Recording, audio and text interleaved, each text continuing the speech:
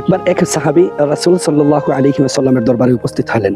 বলতেছেন, ইয়া রাসূলুল্লাহ ইয়া হাবিবাল্লাহ, আমি অনেক দিন ধরে অনেক বড় একটা আশা নিয়ে বসে আছি যে আমার আশেপাশের অনেক সাহাবীরা সদকা করতেছেন, দান করতেছেন, কিন্তু আমি অত্যন্ত গরিব, অসহায়, এজন্য আমি দান সদকা করতে পারতেছি না। সুতরাং ইয়া রাসূলুল্লাহ ইয়া হাবিবাল্লাহ, আপনি আমাকে বলে দেন আমি কিভাবে তাদের সমান হব এবং তাদের সাথে কাঁধ মিলিয়ে সদকা করতে পারবো।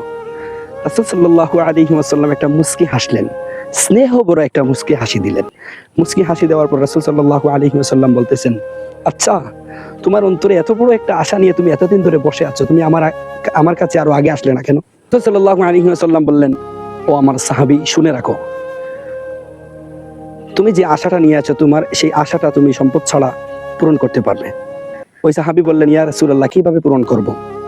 রাসূল সাল্লাল্লাহু আলাইহি ওয়াসাল্লাম বললেন, প্রত্যেকটা ভালো কাজ একটা সদকা, প্রত্যেকটা ভালো কথা একটা সদকা, প্রত্যেকটা মিষ্টি একটা হাসি ওটাও সদকা, কারোর জন্য দোয়া করা ওটাও সদকা।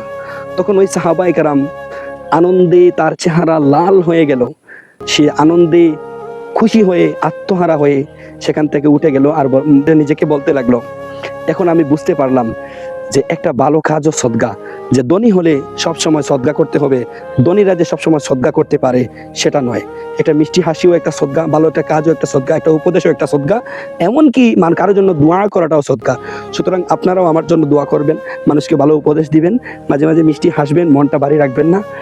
আর শুধু সম্পদ হলে সদকা করা যায় না, সেজন্য আল্লাহ রাসূল সাল্লাল্লাহু আলাইহি ওয়াসাল্লাম সাহাবীকে যা বলেছেন সেটা অনুসরণ করবেন, কারণ ভালোবাসার আরেক নাম রাসূল আকরাম।